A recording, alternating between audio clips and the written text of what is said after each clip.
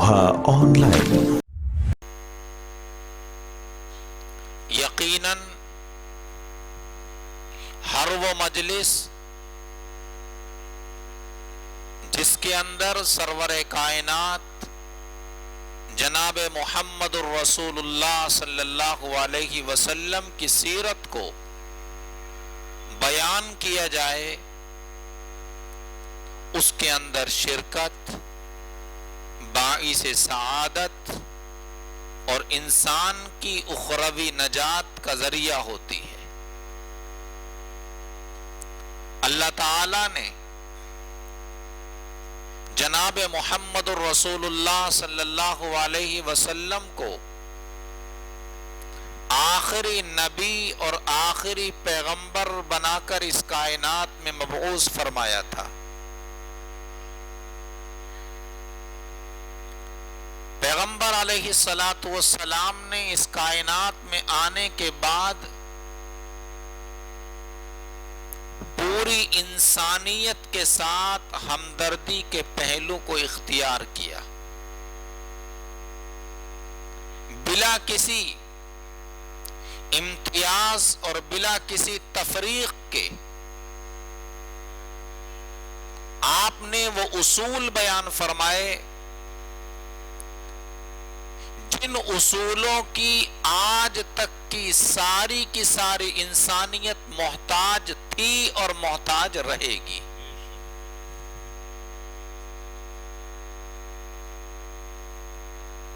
اور جناب رسول اللہ صلی اللہ علیہ وسلم نے اپنی 63 سال کی زندگی میں جو کام جس طریقے سے، جس نہج اور اسلوب کے ساتھ کیا ہے، رہتی دنیا تک اس کام کے کرنے کا سب سے افضل طریقہ وہی تھا جو جناب رسول اللہ صلی اللہ علیہ وسلم نے اختیار فرمایا تھا۔ جس کام کو جس طریقے سے جناب رسول اللہ صلی اللہ علیہ وسلم نے کر لیا، اس کام کے کرنے کا اس سے بہتر طریقہ قیامت تک ہو نہیں سکتا ہے۔ یہ بہت عام بات ہے ہر میدان میں اور انسان کی زندگی کے ہر قدم میں اس کو اختیار کرنا چاہیے۔ معمولی چیز اسی پیمانے پر آپ ناپ لیجئے، اسی اسکیل پر آپ اتار لیجئے۔ جناب محمد الرسول اللہ صلی اللہ علیہ وسلم نے جس طریقے پر بیٹھ کر کھایا ہے، کھانے کا اس سے بہتر طریقہ کوئی ہو نہیں سکتا۔ پیغمبر جس طریقے پر سوتے تھے، سونے کا اس سے بہتر طریقہ ہو نہیں سکتا۔ پیغمبر جس طریقے سے چلتے تھے، اس سے بہتر چلنے کا کوئی طریقہ ہو نہیں سکتا۔ پیغمبر اپنے ساتھیوں سے، اپنے دوست و احباب سے، اپنے ملنے جلنے والوں سے، اپنے مہمانوں سے جس طرح ملتے تھے، اس سے بہتر ملنے کا کوئی طریقہ ہو نہیں سکتا۔ پیغمبر صلی اللہ علیہ وسلم نے انسانی نجات اور انسان کی ترقی کے لیے جو قوانین بنائے، ان قوانین سے اچھے قوانین دنیا کی کوئی قوم، کوئی حکومت بنا نہیں سکتی ہے۔ آپ اور ہم جانتے ہیں کہ دنیا کا سن 1948 میں دنیا کا ایک متحدہ پلیٹ فارم بنایا گیا۔ دنیا کے تمام ملکوں کے سربراہان جمع ہوئے اور انہوں نے ایک پلیٹ فارم تیار کیا جس کو اقوام متحدہ کہا جاتا ہے۔ اس اقوام متحدہ کو بنیادی طور پر 5 حصوں میں تقسیم کیا گیا. ان میں انسانی صحت کے اصول ہیں، انسانی حقوق ہیں، مختلف چیزوں کو اس میں رکھا گیا. تو پوری دنیا کے سربراہان نے جو اقوام متحدہ کے نام سے ایک پلیٹ فارم بنایا، اس میں قوانین کا ایک چارٹر متعین کیا ہے، مرتب کیا ہے. وہ جو اقوام متحدہ کی ایک پالیسی ہے اور اقوام متحدہ کا یہ چارٹر ہے جس میں انسانی حقوق کو بیان کیا گیا ہے، اگر اس چارٹر کو ہم دیکھیں تو در حقیقت یہ چربا ہے جناب رسول اللہ صلی اللہ علیہ وسلم کے 2 چارٹروں کا. ایک وہ جو جناب رسول اللہ صلی اللہ علیہ وسلم نے مدینہ طیبہ آنے کے بعد 52 دفعات پر مشتمل ایک میثاق کے نام سے، ایک میثاق مدینہ کے نام سے ایک چارٹر مرتب کیا تھا، جس میں 52 دفعات ہیں.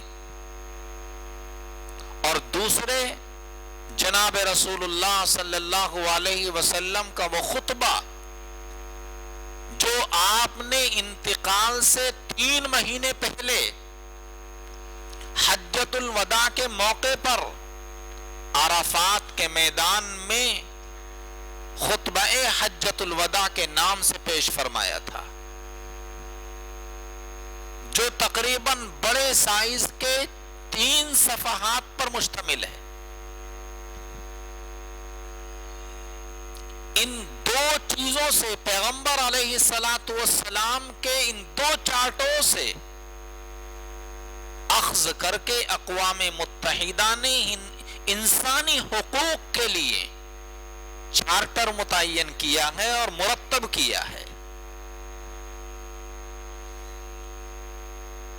جس میں سارے انسانوں کے، چاہے وہ ہندوستان کا رہنے والا ہو، یوروپین ممالک کا رہنے والا ہو یا ایشین ملکوں کے رہنے والا ہو، ساری دنیا کے انسانوں کے حقوق کو اس میں ذکر کیا گیا ہے.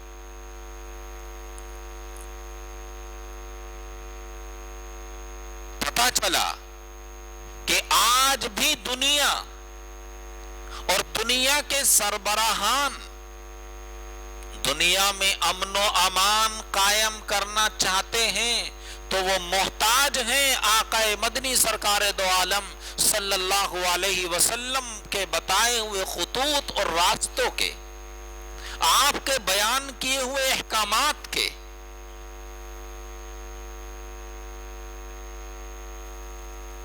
آئے دن دنیا کے اندر اور ہمارے ہندوستان میں خاص طور سے ریپ کے بہت سارے کیسز سامنے آتے ہیں.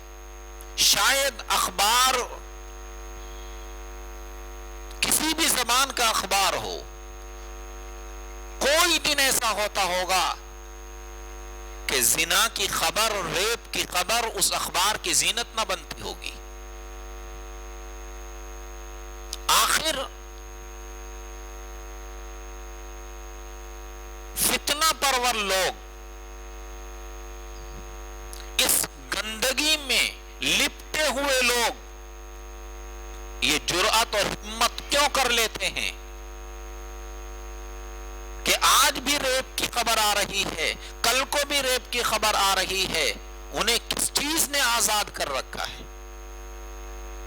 ان کے اندر خوف اور ڈر کیوں نکل گیا ہے؟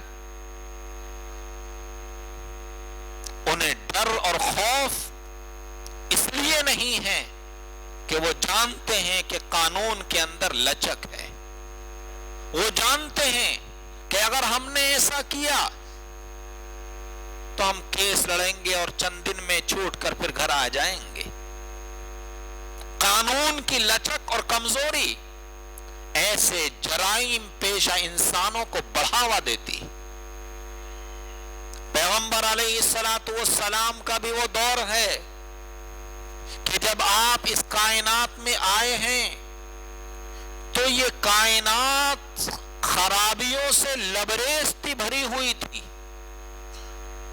قتل و غارت گری عام چیز ہو چکی تھی، زناکاری اور بدکاری عام ہو چکی تھی، لیکن پیغمبر علیہ السلام نے ایسا کون سا قانون بنا دیا کہ جس قانون کے خوف کے نتیجے میں جرائم پیشہ لوگ اپنے جرائم سے باز آ گئے، اور اگر کسی سے کوئی جرم ہو بھی گیا تو اپنے اس جرم کی سزا پانے کے لیے وہ عدالت کے اندر اپنے آپ کو پیش کر دیتا ہے۔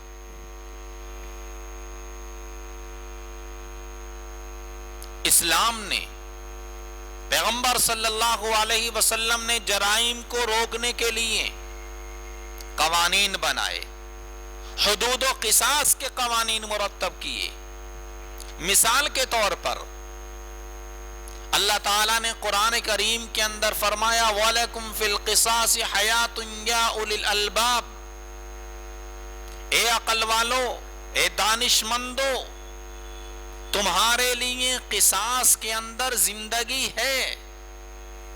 قصاص کس کو کہتے ہیں؟ قصاص کہتے ہیں کہ اگر ایک آدمی نے دوسرے کو قتل کر دیا، جو قاتل ہے اس قاتل کو سرے عام لوگوں کے سامنے، لوگوں کی بھیڑ میں قتل کر دیا جائے، اور اس کے لیے فاسٹ عدالتیں قائم کی جائیں۔ ایسا نہ ہو کہ اگر قتل کا کیس ہے تو اسے 20 سال تک، 30 سال تک کھینچ دیا جائے، لوگ اس مقتول کے حالات کو ہی بھول جائیں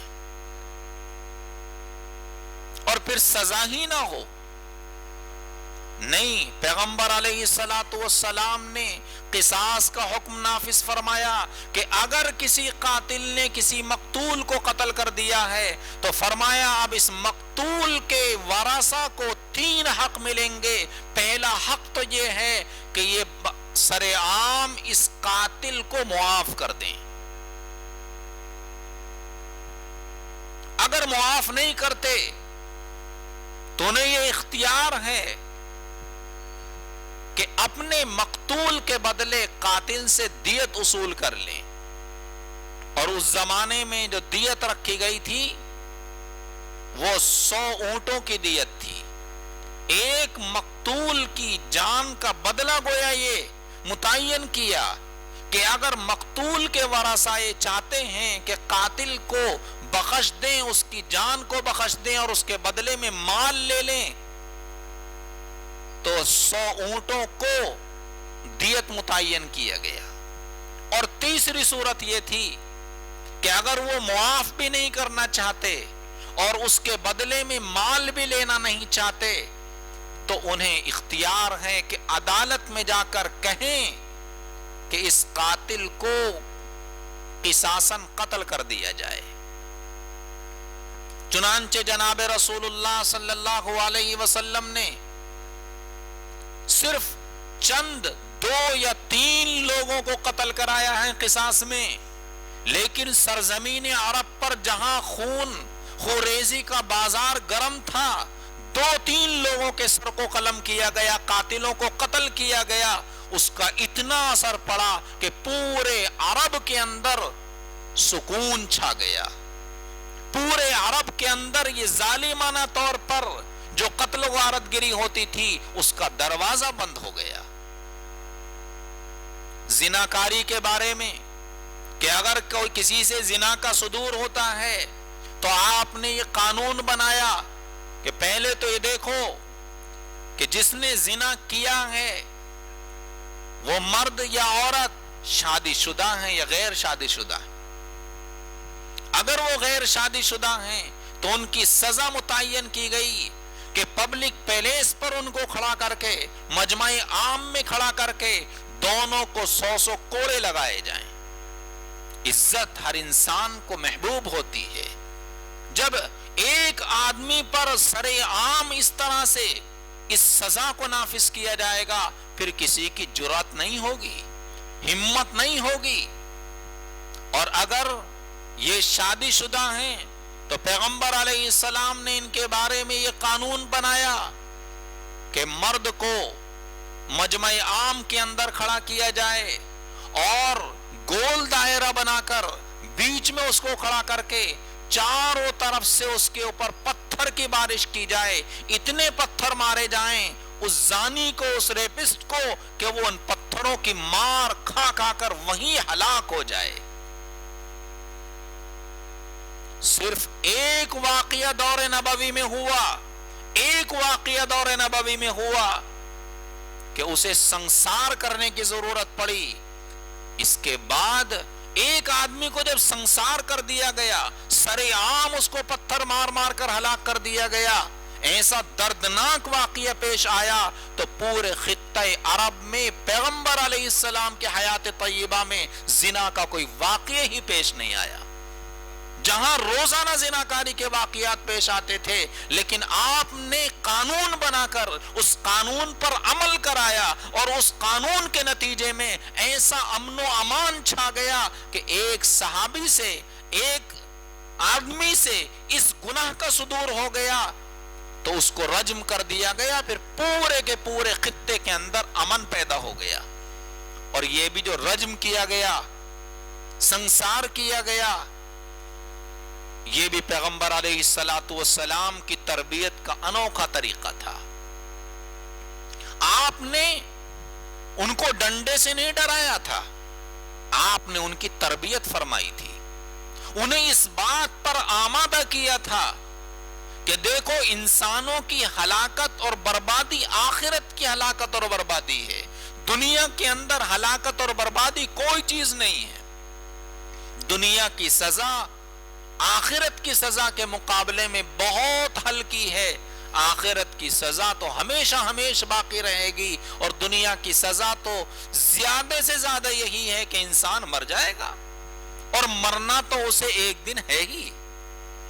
آپ نے ان کی ایسی تربیت فرمائی تو جن صحابی سے زنا کا صدور ہوا تھا، انہوں نے جب یہ بات سوچی کہ دنیا کی سزا کوئی سزا نہیں ہے، اور پیغمبر نے یہ قانون بنا دیا ہے کہ اگر کسی سے زنا کا صدور ہو جائے تو سر عام اس کو کھڑا کر کے سنسار کر دیا جائے، وہ صحابی شرمندہ ہوئے اپنی غلطی پر، اور پیغمبر کی خدمت میں آ کر کہتے ہیں یا رسول اللہ، میں تو ہلاک ہو گیا، مجھ سے غلطی ہو گئی۔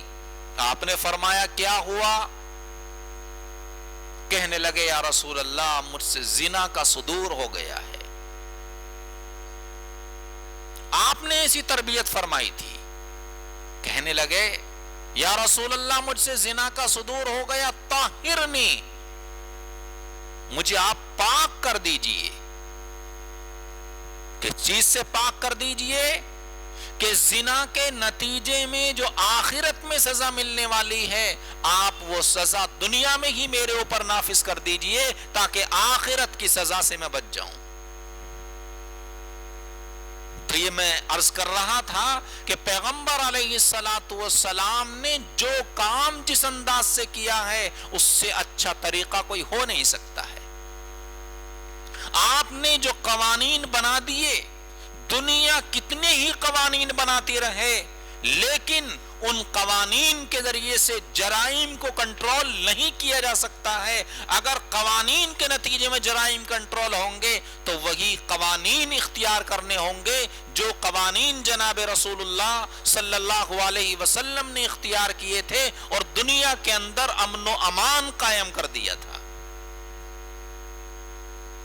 اور یہ تو ایک مثال دے رہا ہوں، ورنہ تو زندگی کے ہر شعبے اور ہر باب میں چلے جائیے، جو تجارتی لوگ ہیں، بزنس مین لوگ ہیں، اپنی بزنس اور تجارت میں دیکھیں کہ پیغمبر علیہ السلام کا طریقہ اور آپ کے بیان کردہ اصول اور قوانین کیا ہیں۔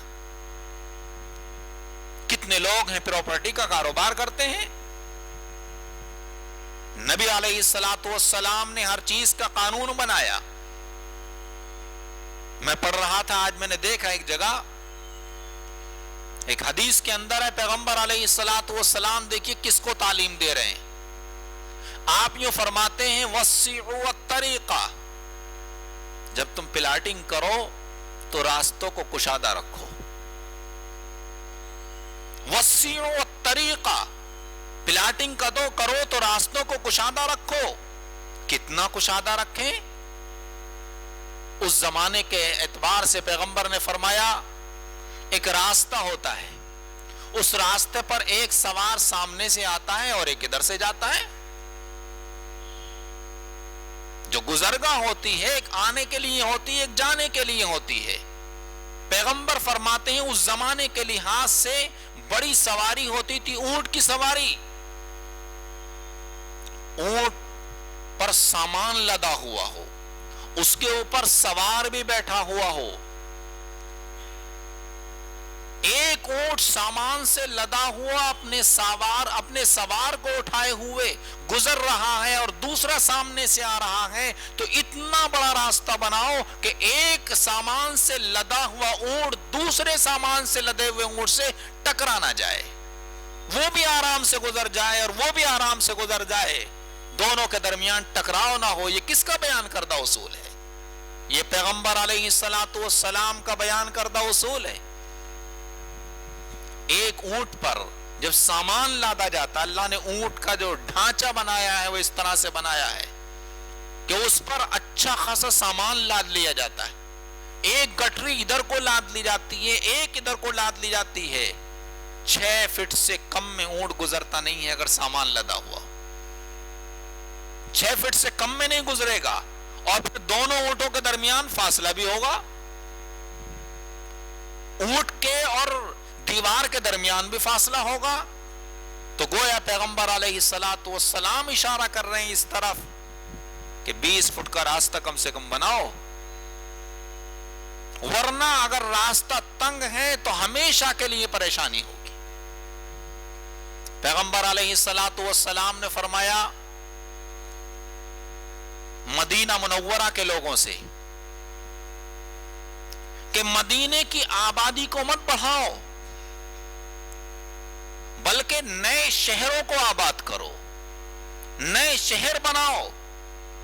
اس لیے کہ جب کسی قصبے کی، کسی آبادی کی، کسی شہر کی پاپولیشن بہت زیادہ ہو جاتی ہے تو وہ شہر مشکل میں آ جاتا ہے، اس میں ٹریفک بہت ہو جاتا ہے، اس میں لوگ بہت ہو جاتے ہیں، سب کو پریشانی ہوتی ہے.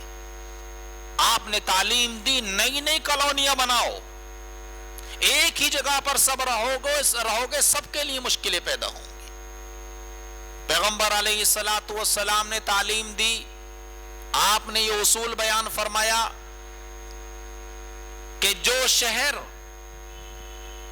مرکز کی حیثیت رکھتا ہو، جہاں پر حاکم بیٹھتا ہو، جہاں پر اس شہر کا سربراہ بیٹھتا ہو، تو سربراہ کے بیٹھنے کی جگہ ایسی بناؤ، ایسا سینٹر ہونا چاہیے کہ اس شہر کے تمام لوگوں کے راستے براہ راست اس کے بیٹھنے کی جگہ تک پہنچتے ہوں.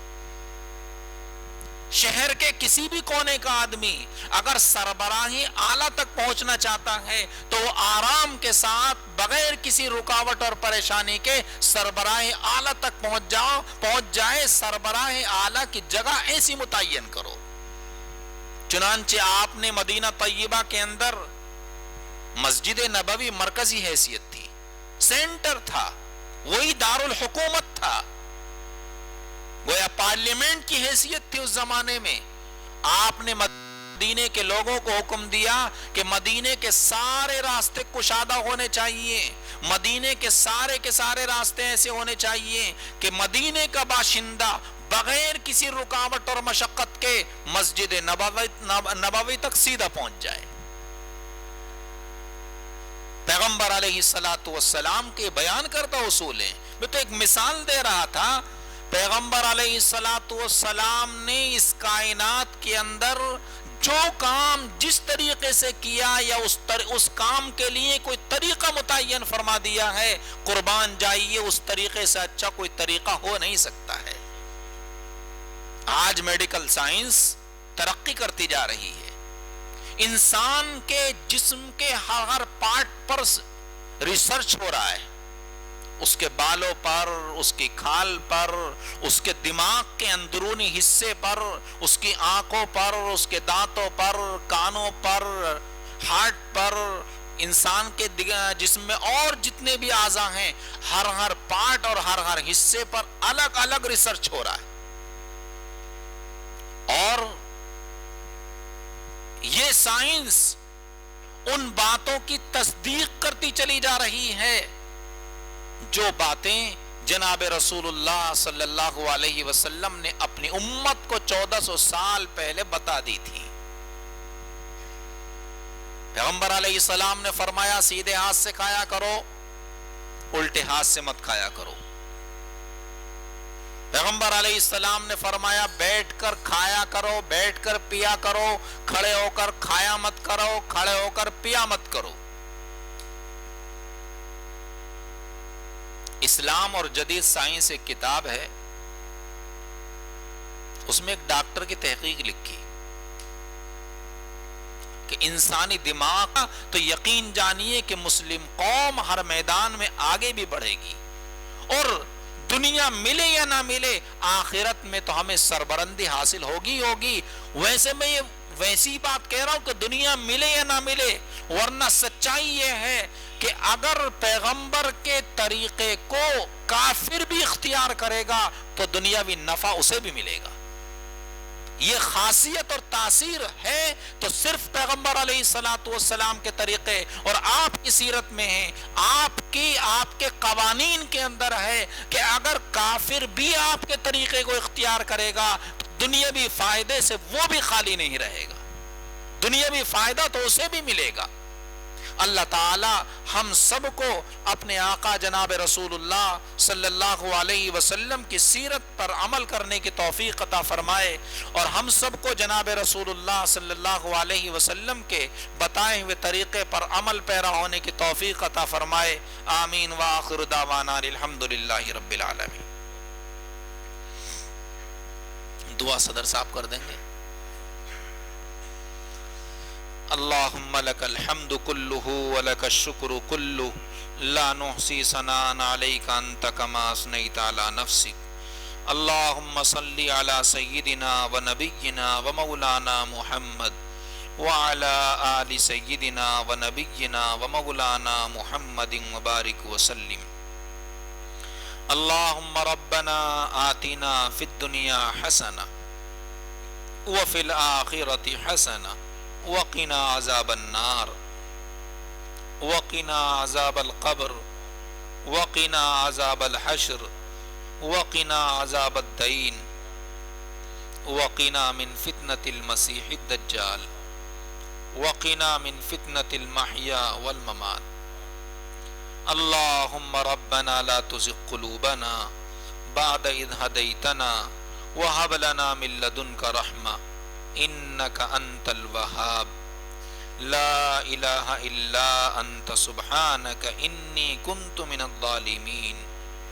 اے الہ العالمین ہم سب کے گناہوں کو معاف فرما، ہم سب کی خطاؤں کو معاف فرما، ہم سب کو اپنی رضا اور اپنی خوشنودی نصیب فرما، اپنے غضب سے، اپنے انتقام سے، اپنی پکڑ سے ہم سبھی کی حفاظت فرما، اپنے حبیب صلی اللہ علیہ وسلم کی سیرت کو اختیار کرنے کی توفیق عطا فرما، اپنے حبیب کے اخلاق اور عادات کو اختیار کرنے کی توفیق عطا فرما، قرآن و سنت پر عمل کی توفیق سے مالا مال فرما۔ اے الہ العالمین ہماری زندگیوں میں دین کو پیدا فرما۔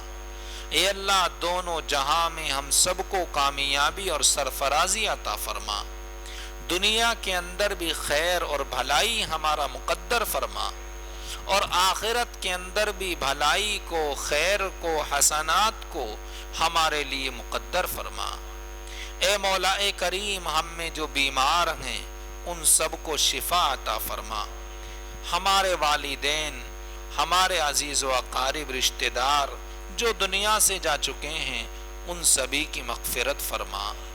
اے اللہ جن لوگوں نے پریشانیوں کا اظہار کیا ہے ان کی پریشانیوں کو دور فرما، ان کی مشکلات کو آسان فرما۔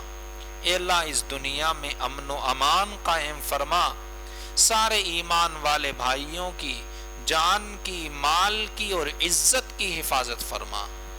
اے الہ العالمین سارے مسلمانوں کی عزت کی حفاظت فرما، ذلت اور رسوائی سے ہم سبھی کی حفاظت فرما۔ اے مولا کریم ذلت اور رسوائی سے ہم سب کو نجات عطا فرما۔ اے مولا کریم ہمارے کاروبار میں خیر و برکت پیدا فرما، حلال روزی ہم سب کو عطا فرما، حرام اور مشتبہ لقموں سے ہم سبھی کی حفاظت فرما۔ اے مولا کریم اخلاق حسنہ سے ہم سب کو مزین فرما، برے اخلاق سے ہم سب کو محفوظ فرما۔ اے اللہ اس محفل کو سجانے میں، اس محفل کو تیار کرنے میں جن لوگوں نے محنتیں کی ہیں، کوششیں کی ہیں، جانی یا مالی تعاون کیا ہے، اے اللہ ان کی محنتوں کو، ان کی کوششوں کو اور ان کے تعاون کو قبول فرما۔ اے اللہ ہم سب کی ہدایت اور رحمت کا ذریعہ اس اجلاس کو بنا۔ اے مولا کریم یہ مبارک مجلس اور محفل ہے، اس میں چھوٹے بھی ہیں، بڑے بھی ہیں، نوجوان بھی ہیں، بوڑھے بھی ہیں۔ اے اللہ ان میں سے کوئی تو آپ کا نیک بندہ رہا ہوگا، اے مولا کریم اسی کی برکت سے ہم سبھی کی مغفرت فرما، ہماری تمام دعاؤں کو محض اپنے فضل و کرم سے قبول فرما۔ اللہم ربنا تقبل منا انک انت السمیع العلیم وتب علینا انک انت التواب الرحیم۔ صلی اللہ تعالی علی خیر خلقہ محمد و آلہ و اصحابہ اجمعین برحمتک یا ارحم الراحمین۔